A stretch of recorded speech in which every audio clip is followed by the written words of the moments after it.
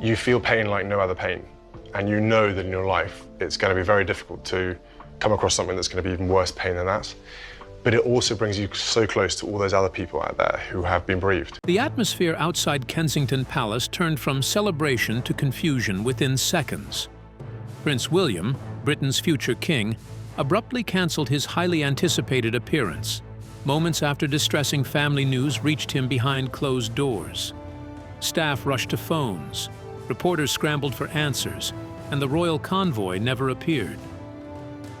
Was it a sudden health crisis?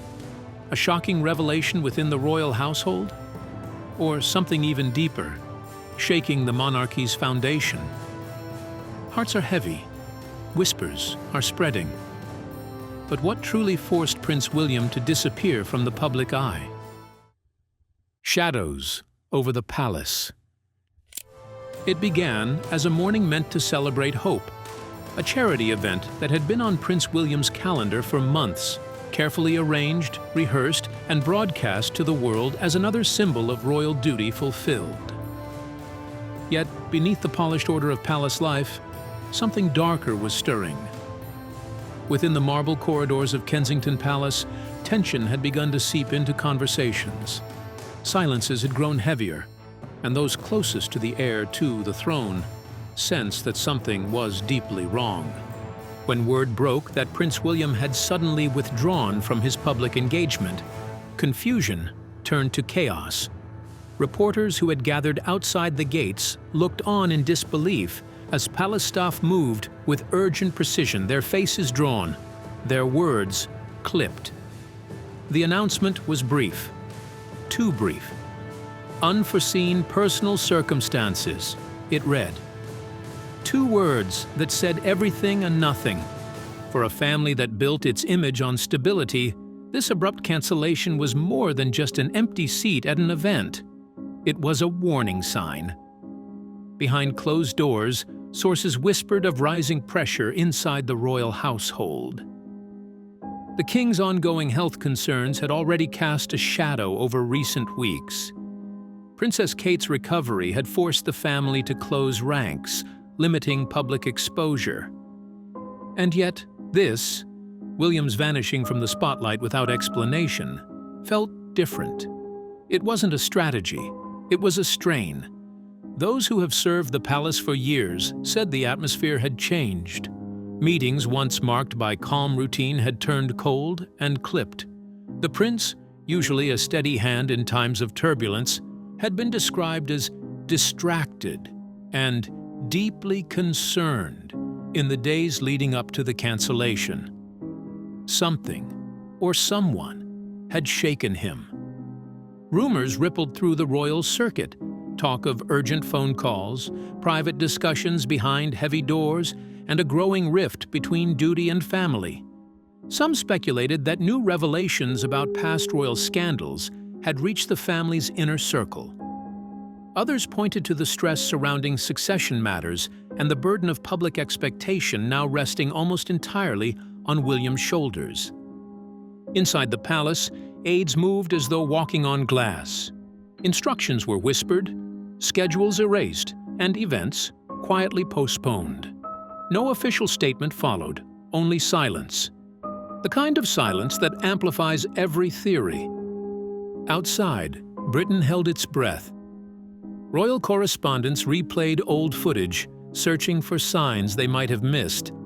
A glance, a hesitation, a nervous shift during recent appearances. For the public, the image of Prince William stepping back so suddenly was almost unthinkable. He had always been the steady center of a fragile monarchy, calm where others had crumbled. But on that morning, the facade fractured. The cameras stayed pointed toward the gates, yet the man at the heart of it all was nowhere to be seen. Something within the royal walls had changed. Something powerful enough to silence the palace, to halt appearances, and to leave an entire nation wondering what truth the crown was trying so desperately to conceal. So, how did a single morning inside those guarded walls unravel centuries of royal control? And what secret forced silence across the throne? Keep watching. The Weight Behind the Palace Walls. Just days before the sudden cancellation, life inside Kensington Palace seemed picture-perfect. Prince William was radiant, standing tall among dignitaries at a London community event, the very image of composure and purpose. Cameras adored him. Commentators spoke of a man seamlessly stepping into his father's shoes, representing continuity and calm. To the public, it was another flawless day in royal service. But behind those carefully managed smiles, a quiet unease had begun to take root. Those close to the prince would later describe moments that seemed trivial at first. A distant stare, a fleeting silence, mid-conversation, an unusual stillness as he exited his car. He was there, present in body, but somewhere else in thought. It was as though he was carrying a weight that no amount of royal duty could disguise. Inside the palace, aides had started to notice the shift. Meetings once filled with the usual polite chatter had turned tense and short. The prince's schedule, typically tight and predictable, began to twist. Some appointments were quietly removed, others postponed with little explanation. Behind the scenes, there were whispers of private discussions with senior advisors and discreet visits to King Charles. The king's health had become a delicate subject, spoken of only in hushed tones among those trusted enough to know the truth. Though the official statements described his condition as manageable, insiders revealed that his recovery had been slower and more complex than the palace let on. Each medical update brought fresh anxiety, not only for the monarch himself, but for the son who would one day take his place. For Prince William, the crown was no longer a distant destiny. It was becoming a tangible, pressing responsibility. In recent months, the balance of royal duty had shifted dramatically. With the king stepping back from several key appearances, the weight of representation had fallen squarely on William's shoulders. He was expected to be everywhere, at charity events, diplomatic meetings, state ceremonies, yet also at his father's side, privately managing matters that few could imagine. The pressure was relentless, and the expectation unyielding. Behind closed doors, discussions about succession planning had grown more urgent. Advisors debated protocols, logistics, and the quiet realities of leadership in uncertain times. These were conversations that no son wishes to have about his father. Yet they were necessary, and they were draining. The Duchess of Cambridge, ever the symbol of grace, had also grown quieter in recent weeks. Her smiles, still warm, seemed to hide exhaustion. Those who saw her in person described her as distant, present in body, but lost in thought. Every smile was measured, every glance uncertain, as her husband's growing unease quietly became her own burden. And still, the palace maintained its perfect silence. Official statements remained brief, polished, and detached, while outside, the public continued to see only what they were meant to see: a strong, stable monarchy. But behind the palace gates, a storm was tightening its grip. The king's fragile health, the burden of impending duty, and the unrelenting strain of royal expectation had converged into a single, suffocating pressure. When the breaking moment came, the sudden cancellation that sent the press into a frenzy, it was not just another royal absence. It was the visible crack in an institution struggling to keep its balance. For Prince William, it was the day when the shield of duty finally met the weight of reality, and the strain that had long been hidden behind royal walls could no longer be contained. But how did whispers within those royal halls grow into a storm so powerful it forced the future king to vanish? Stay tuned. Whispers in the royal halls. The cancellation sent tremors through the monarchy, but the tension had been building for weeks. Behind the polished facade of Kensington Palace, whispers of unease had grown louder. Whispers tied not just to the king's fragile health, but to the growing strain between key figures inside the royal household. What had once seemed like minor family disagreements now appeared to be something far more serious. And at the center of it all stood Prince William, caught between his duty, his conscience, and the quiet storms swirling within his own family. In the days leading up to his cancelled appearance, sources described a palace under mounting pressure. Aides moved briskly through corridors once filled with laughter, their clipped tones and lowered voices signaling that something was wrong.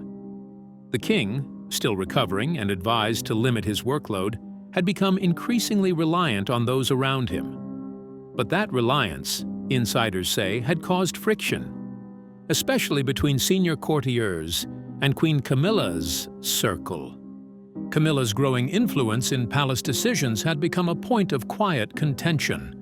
Her role, once seen as supportive, was now viewed by some within the royal establishment as overreaching. There were reports of subtle disagreements over public appearances, internal protocols, and the handling of sensitive family matters. And in the midst of that delicate power balance stood her son, Tom Parker Bowles, a respected figure in his own right, but one whose proximity to the Queen Consort had drawn fresh scrutiny. Some within the palace reportedly questioned how much sway he held in matters that extended beyond his mother's personal affairs. For Prince William, who had spent years preparing for his future role as king, the situation had become increasingly difficult to navigate. His father's health had already placed the burden of leadership prematurely on his shoulders, and now he faced the challenge of maintaining unity within a divided household. Every decision, every step, was under the microscope. The need to protect the monarchy's image was constant, yet the truth behind closed doors was growing harder to contain. Those who know the prince well describe him as deeply loyal, a man driven by duty, but also by a fierce desire to preserve his family's dignity.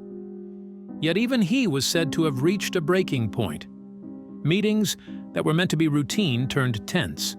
Communications between certain offices stalled. In the week before his withdrawal, he reportedly spent long hours in private meetings, some with senior advisors, others in quiet conversation with his father. By the morning of the cancelled event, the strain had become impossible to disguise. The official statement, a private family matter, offered no answers, but behind that phrase lay days of internal discussions, rising frustration, and emotional exhaustion. The palace's silence was deliberate, calculated to protect the family's fragile balance. But within the walls of Kensington and Clarence House, the atmosphere was described as electric. Every phone call heavy with significance, every word measured with caution. To the public, it was a mystery. But to those within the royal circle, it was the inevitable eruption of tensions long kept under control. The king's health, the queen consort's influence, and the growing burden on the heir had collided into a moment that no one could fully manage. And as the world waited for answers, the future king disappeared from view, not out of weakness, but out of necessity. Because sometimes, in the shadow of the crown, silence isn't avoidance, it's survival. And what if the silence surrounding Prince William isn't grief at all, but a storm of power, loyalty, and hidden truths waiting to explode? Stay with us. The breaking point of a future king. As the outside world spun with rumor and restless speculation inside the quiet walls of Kensington Palace, the air had grown heavy, so heavy that even the marble floors seemed to hold their breath. What began as another morning of royal routine turned into one of the most unsettling days in recent palace memory. Behind the perfectly arranged portraits and polished corridors, something had fractured. The rhythm of royal order, the rehearsed calm, the precise timing, had fallen apart. Phones buzzed in the distance. Voices usually confident and clipped now carried a tremor. Senior aides, trained to remain composed under pressure, moved with visible unease. It was clear that something serious had unfolded, something that went far beyond the usual matters of scheduling, speeches, or ceremony. Prince William's private secretary was seen pacing the corridor, speaking in a tone that betrayed the urgency he was trying to hide. The Duchess of Cambridge, though unseen, was said to be nearby, her calm presence serving as the quiet anchor to a day that seemed to be spinning out of control. Guards outside stood taller, as if aware that the stillness inside the palace carried a different kind of weight, a human one. Behind closed doors, an urgent meeting had been called. Inside one of the palace's private drawing rooms, the air was thick with quiet dread. Around an ornate oak table, senior aides, advisors, and confidants gathered, each of them aware that what they were about to hear would ripple far beyond those walls. A royal messenger had brought the news, a development so sensitive, so personal, that even among the inner circle, few were permitted to know the full truth. Prince William took the call himself. Witnesses later recalled the silence that followed. He spoke little, listened carefully, and when it ended, remained still for several long minutes, his gaze fixed on the gardens below. That stillness, they said, spoke louder than any words could. For a man raised to balance duty and emotion with unshakable precision, the weight of that call was visible, even if the reason behind it remained unknown to those around him. It was then that the decision was made. The Prince of Wales would withdraw from his public appearance, not out of defiance, but out of necessity. Something within those palace walls, something profoundly human, had taken precedence over royal duty. The official statement that followed was brief, polished, and deliberately vague. The Prince of Wales will no longer attend today's engagement due to a private family matter. Behind those carefully chosen words was a truth too fragile to expose. The king's health had already stirred quiet concern, and the pressure of succession had weighed heavily on the prince's shoulders. But there were deeper layers: family dynamics, emotional exhaustion, and the growing burden of leadership in a time when the monarchy's stability seemed to depend on his every move. As the day went on, the palace fell into an eerie quiet. Meals went untouched, staff avoided eye contact, even the sound of footsteps seemed subdued. Outside, the world waited for an answer that would never come. Inside, a future king was wrestling with the heaviest truth of all, that even in a life built on duty, there are moments when the crown must wait and the man must grieve.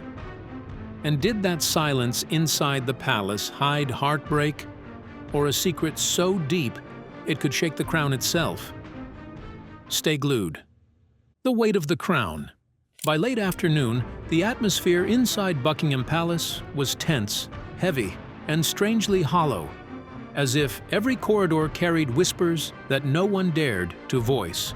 For days, the public had wondered why Prince William, the face of modern royalty, the steady hand of the future monarchy, had withdrawn so abruptly from his public duties, cancelled appearances, missed state meetings, silence where there was once confidence.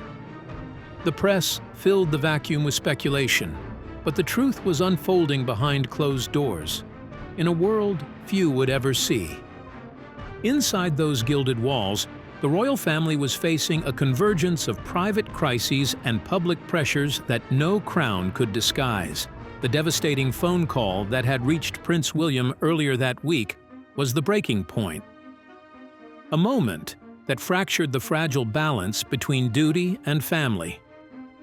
A senior royal relative, deeply cherished, had fallen gravely ill.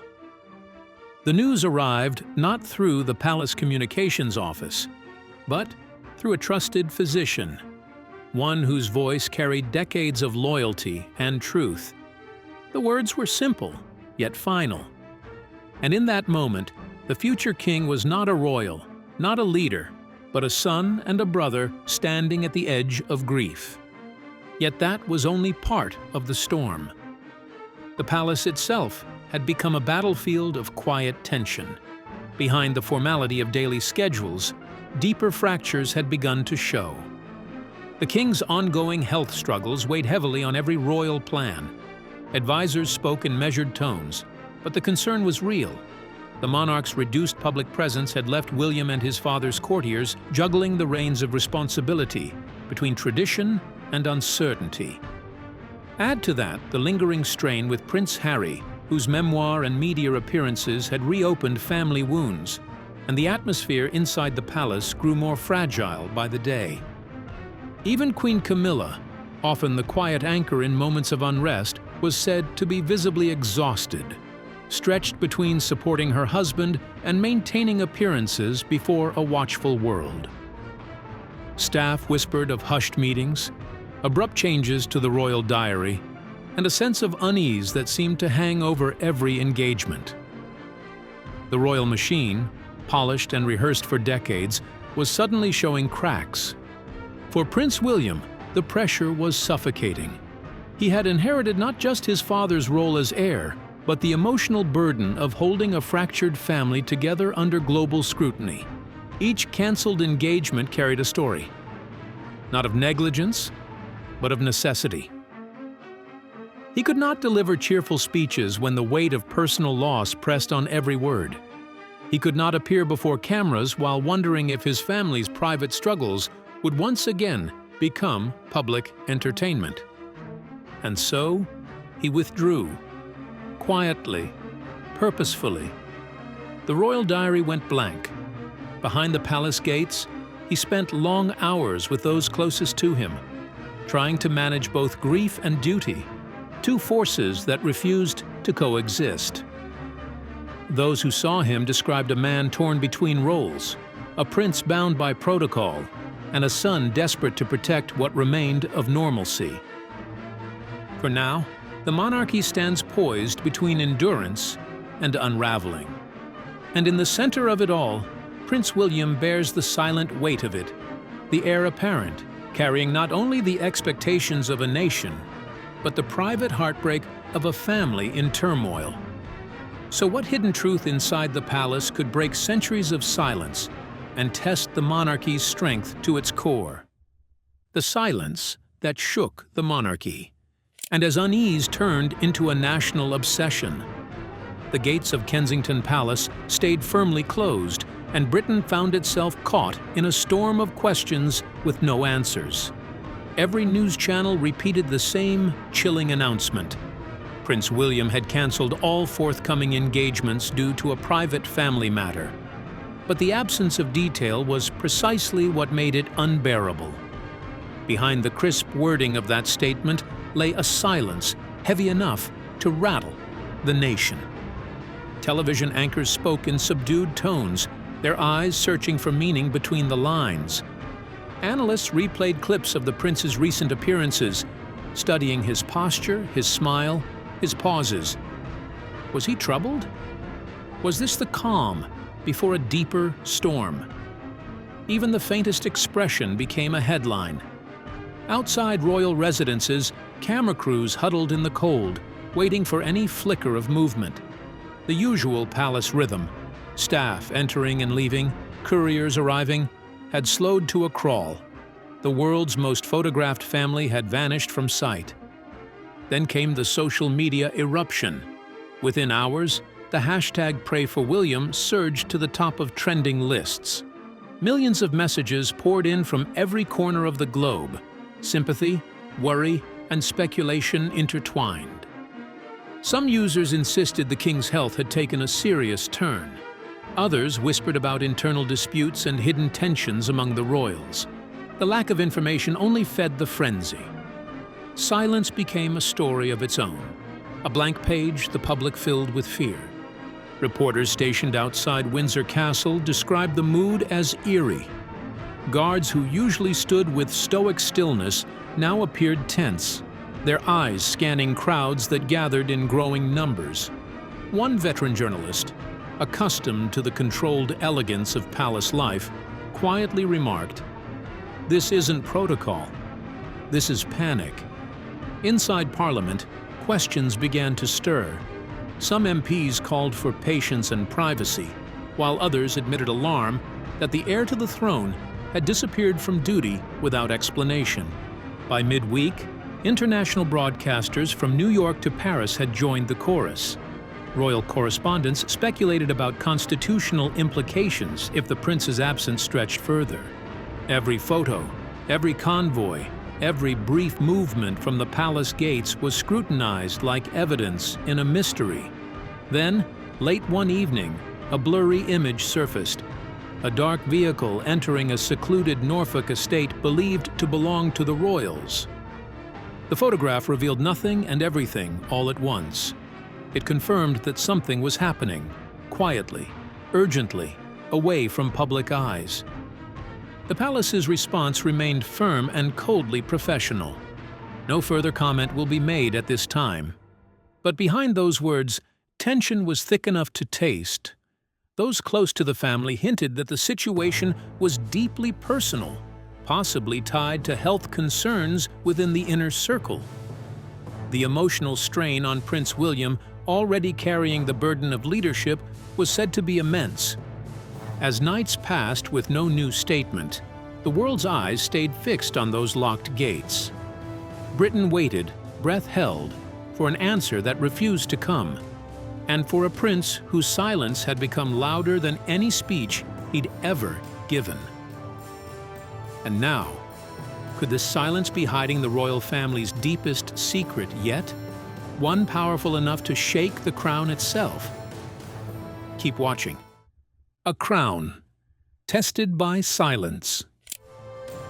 As days turned into weeks, the stillness surrounding Kensington Palace grew heavier, yet within that silence, something profound was taking shape. The turbulence that had shaken the royal household was no longer just about a family in crisis.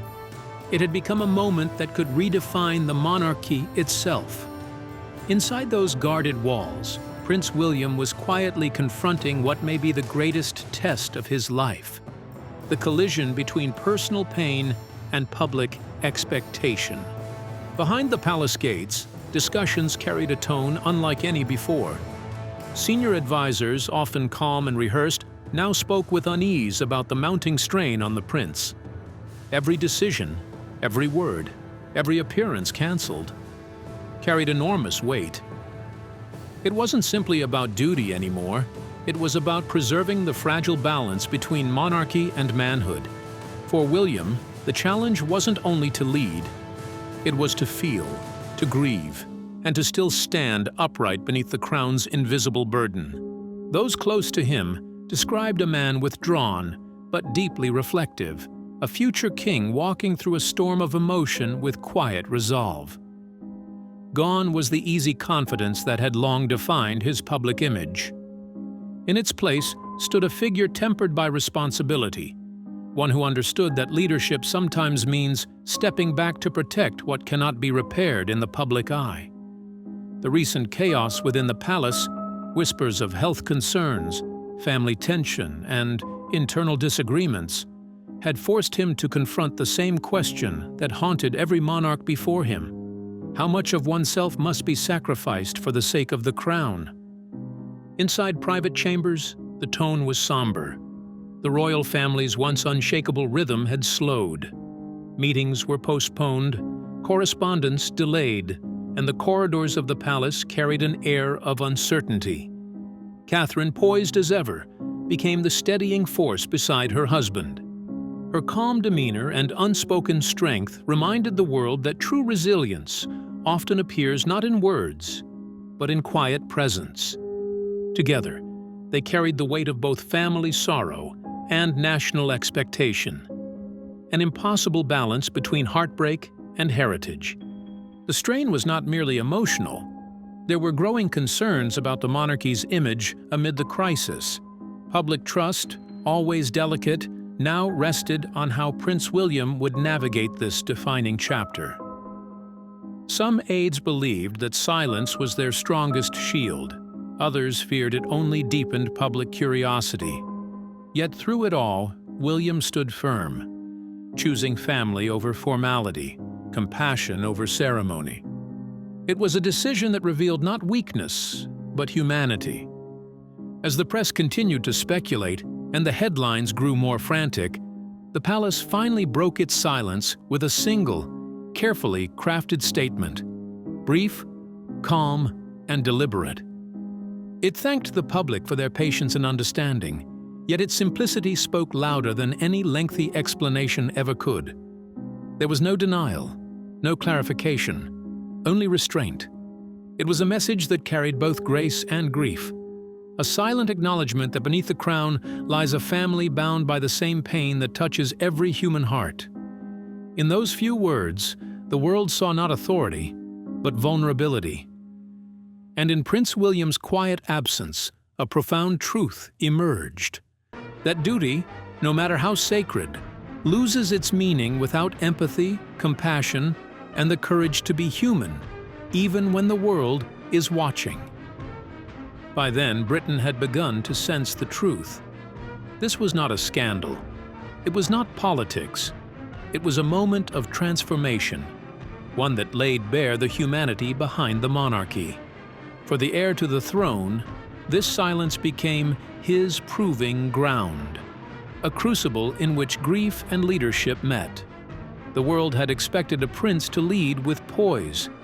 Instead, it found a man leading through pain. And perhaps, in that fragile balance between crown and compassion, the future of the monarchy found its most honest reflection yet.